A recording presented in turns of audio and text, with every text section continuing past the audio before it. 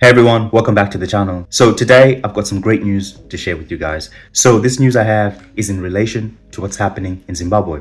So I want to share with you guys this project that's taking place in Zimbabwe. So as you can see from this news article, it says Zimbabwe launches $48 million Deka Pipeline to boost power output. So this is one of the most exciting developments taking place in Zimbabwe. So we should all be very excited for what's happening in Zimbabwe right now.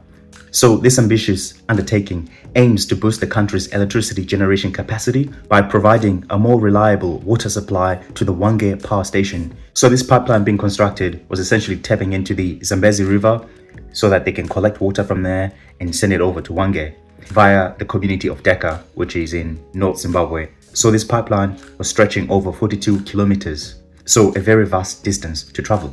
So the $48 million that was granted for this project came from a bank called Exim Bank, which is a bank in India.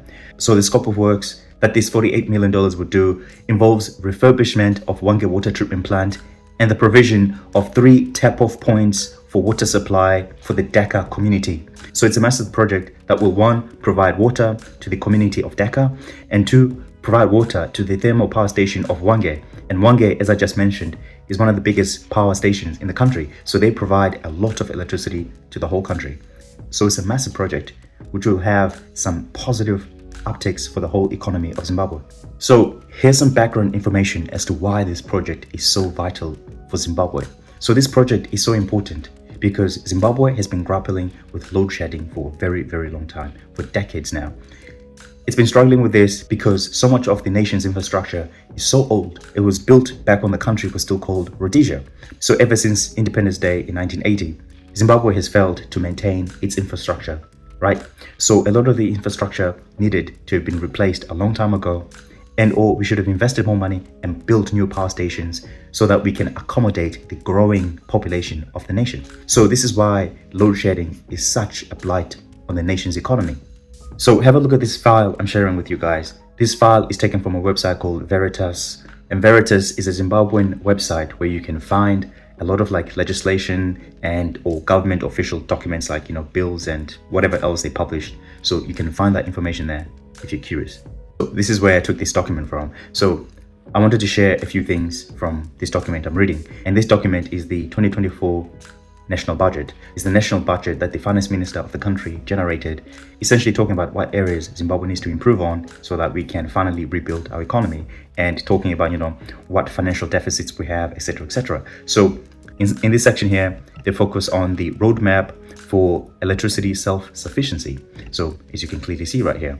So let me read this paragraph for you. It says, the country's current local generation capacity stands at 1,280 megawatts against an average local demand of 1,850 megawatts. So clearly from there, you can see there's a massive gap. We're not producing enough electricity to supply the demand. So it goes on to say, as I just mentioned, we have a deficit of about 500 megawatts of electricity.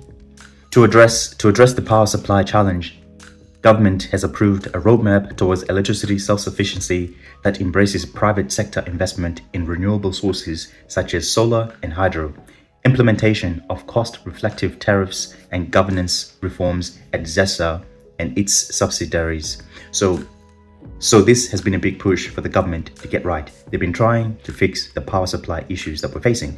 And as many of us already know, that without electricity, the economy is not going to do so well, because many studies out there have shown that you need some sort of power in order for an economy to thrive and progress. So without electricity, we don't get our manufacturing sector thriving. We don't get hospitals fully functioning properly because there's load shedding.